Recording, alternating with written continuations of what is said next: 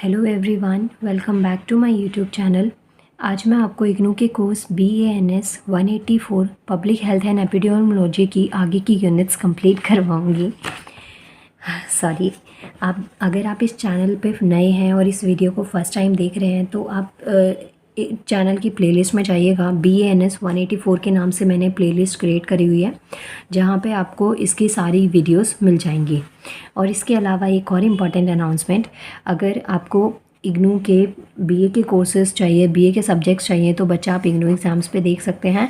और अगर आप इग्नू से BSc कर रहे हैं, जिसमें आपके साइंस रिलेटेड सब्जेक्ट्स होते हैं लाइक केमिस्ट्री, बॉटनी, ये बुक्स हैं आपकी, तो आप फिज़िक्स फैंटम पे विज़िट कर सकते हैं, जहाँ पे मैंने आपकी केमिस्ट्री साइंस से रिलेटेड वीडियोस को अपलोड किया हुआ है। और ये स्टार्ट करते हैं हमारी ब्लॉक 2। देखिए, ब्लॉक 2 का आज मैं आपको यूनिट 7 करवा रही हूँ। इसके साथ में हमारा यूनिट 1 तो कंप्लीट हो गया और आज हमारा यूनिट 2 भी कंप्लीट हो जाएगा, ब्लॉक 2 भी कंप्लीट हो जाएगा विथ 3 यूनिट्स। तो स्टार्ट करते हैं unit 7, management of health care programs by Indian government and NGOs। बहुत इंपॉर्टेंट है, ना सिर्फ इग्नू एग्ज़ाम्स के लिए, इसके साथ साथ में ये आपकी नॉलेज को भी काफ़ी एनहेंस करेगा। ये जो यूनिट है ना, इस पूरी बुक की ये मेरी पर्सनल फेवरेट यूनिट है। स्टार्ट करते हैं। ये देखिए, हमारा चेक योर प्रोग्रेस है। क्वेश्चन है, list out important components of just and efficient health care system. तो आपको ना यहाँ पे इसके इम्पॉर्टेंट कंपोनेंट्स आपको बताने हैं। तो क्वेश्चन देखिए, ये इसका आंसर मिलेगा बच्चा पेज नंबर 124 और 125 पे। तो यही पेज नंबर मैंने खोला हुआ है। कंपोनेंट्स आपको यहाँ पे हेल्थ केयर सिस्टम के, एफिशिएंट हेल्थ केयर सिस्टम के जो कंपोनेंट्स है वो आपको बता रखे हैं। ठीक है, यहाँ से स्टार्ट करते हैं।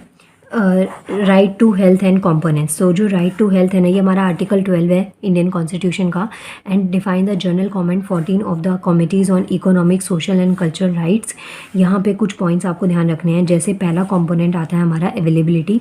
जो हेल्थ केयर सर्विसेज है ना, वो सबके लिए अवेलेबल होना बहुत ज़रूरी है। लाइक कि कोई भी कास्ट है, क्लास है, रिलीजन है, जेंडर है, इसके बेसिस पे उनमें किसी भी तरीके का डिस्क्रिमिनेशन नहीं होना चाहिए।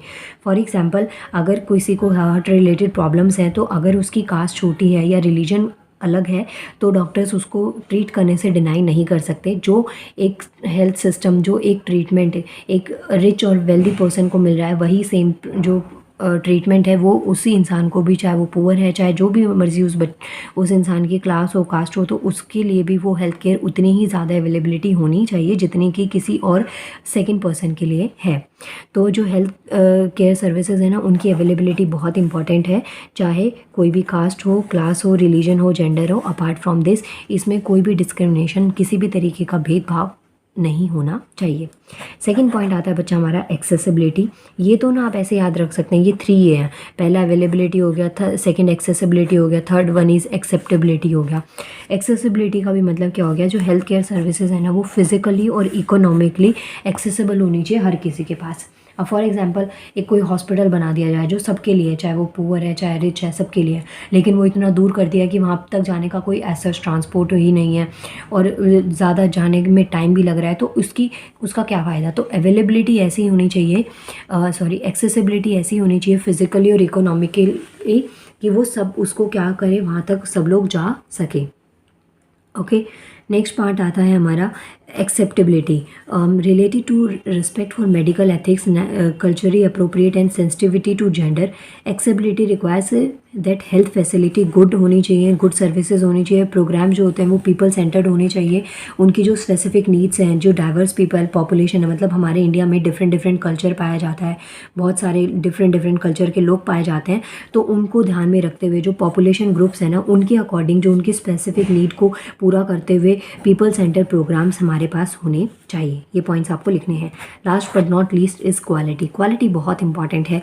सर्विस जो प्रोवाइड करी जा रही है साइंटिफिकली और इंटरनेशनली एक्सेप्टेड होनी चाहिए, बहुत सेफ्टी प्रिकॉशंस उसमें होने चाहिए, इफेक्टिवनेस होना चाहिए, एफिशिएंसी और टाइमली नेचर होना चाहिए सर्विस का, जो कि हर एक एस्पेक्ट को क्या कर रहा है, कवर कर रहा है।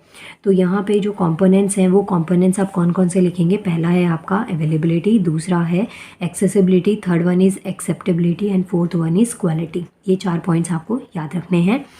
इसके बाद में देखिए अकॉर्डिंग टू श्रीनिवासन 2006 कुछ 4 क्राइटेरियाज आपको दे रखे हैं जो कि हेल्थ केयर सिस्टम के जस्ट एंड एफिशिएंट के लिए बहुत ज़रूरी होते हैं। पहला आता है यूनिवर्सल एक्सेस होना चाहिए, जो कि आपका ऊपर से डिफाइन कर दिया। फेयर डिस्ट्रीब्यूशन होना चाहिए फाइनेंशियल कॉस्ट का। नेक्स्ट आता है ट्रेनिंग प्रोवाइडर्स जो होते हैं वो कॉम्पिटेंस होनी चाहिए, एम्पैथी होनी चाहिए, उनमें अकाउंटेबिलिटी होनी चाहिए। और नेक्स्ट आता है पे स्केल अटेंशन जो होती है वो वनरेबल ग्रुप्स जैसे डिसेबल्ड है, एजेड है, चिल्ड्रन है, उनके लिए भी उसके ऊपर ध्यान देना चाहिए कि ऐसा नहीं है कि वो चीज़ वो जो केयर है या जो वो सर्विस है वो उनके लिए अफोर्डेबल ना हो, ये चीज़ भी यहाँ पे गलत हो जाएगी।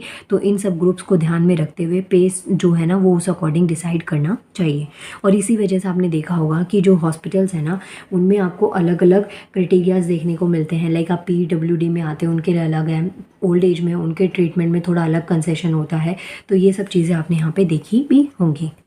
नेक्स्ट पॉइंट आता है बच्चा, हमारे पास 6 कंपोनेंट्स हैं जो कि इंश्योर करते हैं एफिशिएंसी और सक्सेस को पब्लिक हेल्थ केयर में। तो ये कौन कौन से आते हैं, पहला आता है innovation to develop the evidence based for action. Second point आता है टेक्निकल पैकेज जो है limited number of high priorities होनी चाहिए, एविडेंस बेस्ड होना चाहिए। Next one is effective performance होनी चाहिए। डी पार्ट में आता है पार्टनरशिप और कोलिएशन होना चाहिए। Next one is E communication जो है ना वो एक्यूरेट और timely information health communities civil societies के लिए होना चाहिए। And last one is political commitment भी होनी चाहिए। तो ये पॉइंट्स इनके हेल्प से आप अपने आंसर को कंप्लीट कर सकते हैं। एक बार देख लीजिए इसको यहाँ पे ये ठीक है।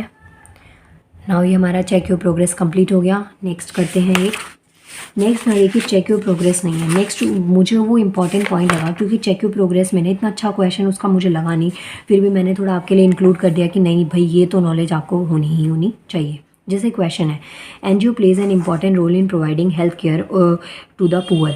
जो एनजीओज है ना, एनजीओज की फुल फॉर्म क्या होती है, जो नॉन गवर्नमेंटल ऑर्गेनाइजेशन होती हैं, ये एक इंपॉर्टेंट रोल प्ले करते हैं। जो हेल्थ केयर होती है, जो गरीब लोग हैं उनकी हेल्थ केयर में ये एक इंपॉर्टेंट रोल प्ले करते हैं। तो इसमें ना आपको कुछ की पॉइंट्स लिखने हैं, तो मैंने काफ़ी पॉइंट्स इसमें हाईलाइट करे हुए हैं जो आप यहाँ पे लिख सकते हैं। जैसे देखिए जो सेंट्रल और स्टेट गवर्नमेंट है ना, इसके अलावा कुछ और स्टेक होल्डर्स होते हैं जो कि वर्क करते हैं किसके ऊपर, लोगों की हेल्थ स्टेटस को इम्प्रूव करने के लिए।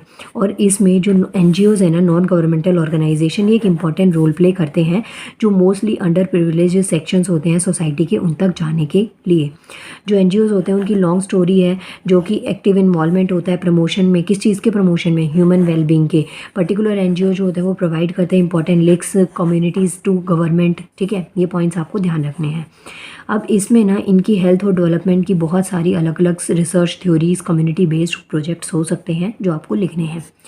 अगर हम एनजीओज़ की बात करें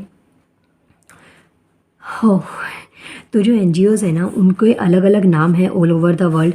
और ये हमारा थर्ड सेक्टर ऑर्गेनाइजेशन होता है, नॉन प्रॉफिट ऑर्गेनाइजेशन है, वॉलंटरी ऑर्गेनाइजेशन है, चैरिटेबल ऑर्गेनाइजेशन है, कम्युनिटी बेस्ड ऑर्गेनाइजेशन है। मतलब ये बहुत सारे नाम हैं एनजीओ के जो आप यहाँ पे लिख सकते हैं।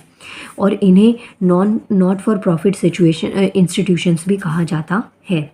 अब जो ऑर्गेनाइजेशंस है ना वो कौन कौन सी, जैसे ये नॉट फॉर प्रॉफिट है, बाय लॉ और custom do not distribute any surplus. तो ये पॉइंट्स आपको ध्यान रखना है, इतना ज़्यादा मत घुसेगा, सिर्फ ऊपर से ध्यान रख लीजिएगा कि जो एनजीओज़ हैं उनके बहुत सारे नाम हैं, बहुत सारे अलग अलग सेक्टर्स में इनको अलग अलग तरीके से जाना जाता है। अब ये जो है ना नॉन गवर्नमेंटल ऑर्गेनाइजेशन है, तो इनमें फ़ंड कहाँ से आता है, तो ये जो है ना एनजीओज़ ये फ़ंड को जनरेट करते हैं कहाँ से, फॉरेन फंड से। ठीक है, गवर्नमेंट ग्रांट होते हैं, कुछ कॉर्पोरेट सोशल रिस्पॉन्सिबिलिटी फंड्स होते हैं, इसके अलावा कुछ ये रिसोर्सेज को जनरेट करते हैं, उससे भी इनको जो फ़ंड है, चैरिटेबल डोनेशंस होते हैं वो एनजीओज़ को मिलते हुए चले जाते हैं। तो ये पॉइंट्स आपको यहाँ पे याद रखने हैं। नेक्स्ट देखिए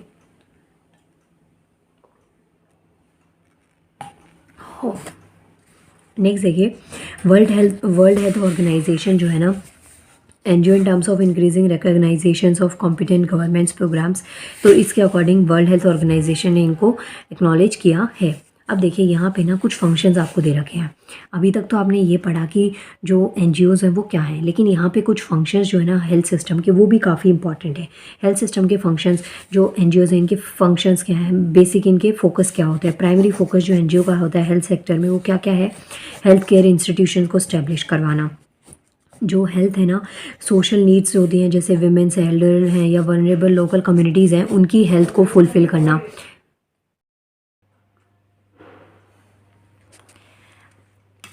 फंक्शंस के बाद में जो आपके फंक्शंस हैं यहाँ पे एनजीओ के हेल्थ सिस्टम के, उसके बाद में नेक्स्ट टॉपिक हमारा आता है health activities of NGO in India.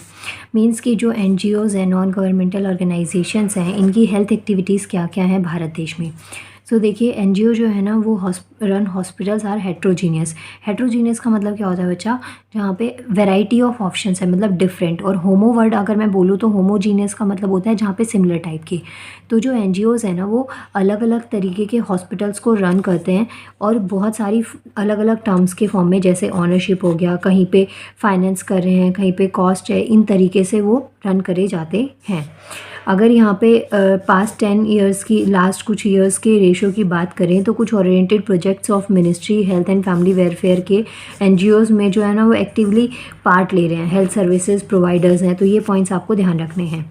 Next देखिए, और अगर भारत देश की बात करें तो जो मेजॉरिटी ऑफ दीज एनजीओज़ है ना वो कवर्ड करी जाती हैं under the societies registration act और इंडियन ट्रस्ट एक्ट, इनके अंडर इनको रजिस्टर किया जाता है। तो यहाँ पे क्या है, ये ना कुछ स्टैटिक पॉइंट्स आपको दे रखे हैं जो आप यहाँ से लिख सकते हैं। ओके कि जैसे एनजीओज़ को जो फ़ंड मिल रहा है उसका किस तरीके से कहाँ का यूज़ वो लोग करते हैं पॉजिटिव सेंस में। बहुत आपको ऐसी स्टडीज़ आपने पढ़ी भी होंगी, तो वहाँ से आप इनको इंक्लूड कर सकते हैं। आगे यहाँ पे देखिए, according to Monika Das Gupta, the health activities of NGOs in India can be broadly classified into 9 groups. जो हेल्थ एक्टिविटीज़ है ना एनजीओज़ की भारत देश में, उसको 9 ग्रुप्स के अंदर क्लासीफाई किया गया है। जैसे पहली है मेडिकल एजुकेशन, दूसरी है hospital services, third one is rehabilitative clinics हो गया, आउट पेशेंट क्लिनिक्स हो गए, और इसके अलावा जैसे हेल्थ इंश्योरेंस हो गया फॉर टारगेट पॉपुलेशन के लिए। यहाँ पे टारगेटेड पॉपुलेशन का मतलब है कि जिन हेल्थ क्राइसिस, हेल्थ इश्यूज़ को वो लोग देखते आ रहे हैं, ऑब्ज़र्व करते आ रहे हैं, कुछ मेडिकल रिसर्च में इंगेजमेंट हो जाना। तो ये पॉइंट्स आप अपने आंसर में इंक्लूड कर सकते हैं।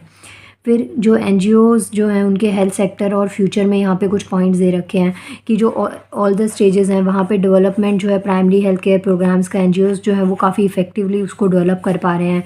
और जो एनजीओज़ हैं वो वर्क कर रहे हैं for greater understanding and positive attitude towards primary health care. तो जो प्राइमरी हेल्थ केयर है उसकी साइड में उनका वर्क ज़्यादा बढ़ रहा है।